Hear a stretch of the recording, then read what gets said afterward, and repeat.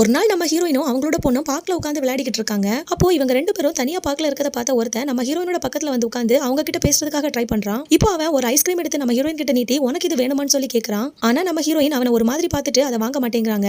உடனே அந்த ஆளு அந்த ஐஸ்கிரீமை நம்ம ஹீரோயினோட பொண்ணுக்கு கொண்டு கொடுக்குறான். அந்த குட்டி பொண்ணும் அந்த ஐஸ்கிரீமை வாங்கி சாப்பிட பாக்குறா. அப்ப இதை பார்த்த நம்ம ஹீரோயின் அவங்க கிட்ட இருந்த அந்த ஐஸ்கிரீமை தட்டி விட்டுட்டு அவங்க பொண்ணை கூட்டிட்டு வந்துடுறாங்க. இப்போ நம்ம ஹீரோயின் வீட்டுக்கு வந்துடுறாங்க. இப்போ அவங்களோட வீட்டு காலிங் பெல்ல யாரோ அடிக்கிற மாதிரி சத்தம் கேக்குது. இவங்களும் அங்க போய் யாருன்னு செக் பண்ணி பாப்பாங்க. பார்த்தா அந்த பார்க்ல பார்த்த அந்த பையன் தான் அங்க வந்து நிக்கிறான். என்னன்னு பாத்தீங்கன்னா நம்ம ஹீரோயின் வீட்டுக்கு வர அவசரத்துல அவங்களோட போனை பார்க்கலே மறந்து போய் வச்சுட்டு வந்திருப்பாங்க. இப்போ அவன் அந்த போனை காட்டிட்டு இதை தரதுக்காக தான் நான் வந்தேன் அப்படின்னு சொல்றான். நம்ம ஹீரோயினும் அந்த போன் அந்த டோருக்கு பக்கத்துலயே வச்சுட்டு போயிருங்க அப்படின்னு சொல்றாங்க. ஆனா அவன் நம்ம ஹீரோயின் சொல்றதை கேட்காம டோர் ஓபன் பண்ணிட்டு உள்ளாடி வரான். அப்போ ரூமுக்குள்ளாடில இருந்து வெளியில வந்த நம்ம ஹீரோயினோட பொண்ணு அந்த பையனை பார்த்து அப்பா நீங்க வந்துட்டீங்களா அப்படின்னு சொல்லிட்டு ஓடி போய் அவங்கள கட்டி பிடிக்கிறா. என்னன்னா நம்ம ஹீரோயினுக்கு ஏற்பட்ட ஒரு ஆக்சிடென்ட்னால அவங்களுக்கு பழசு எல்லாமே அப்பப்போ மறந்து போயிடும். அதனாலதான் அவங்களோட ஹஸ்பண்டையே அவங்களுக்கு ஞாபகம் இல்ல. இதை பார்த்து நம்ம ஹீரோயினோட ஹஸ்பண்டும் அந்த சின்ன பொண்ணும் ரொம்பவே கஷ்டப்படுறாங்க.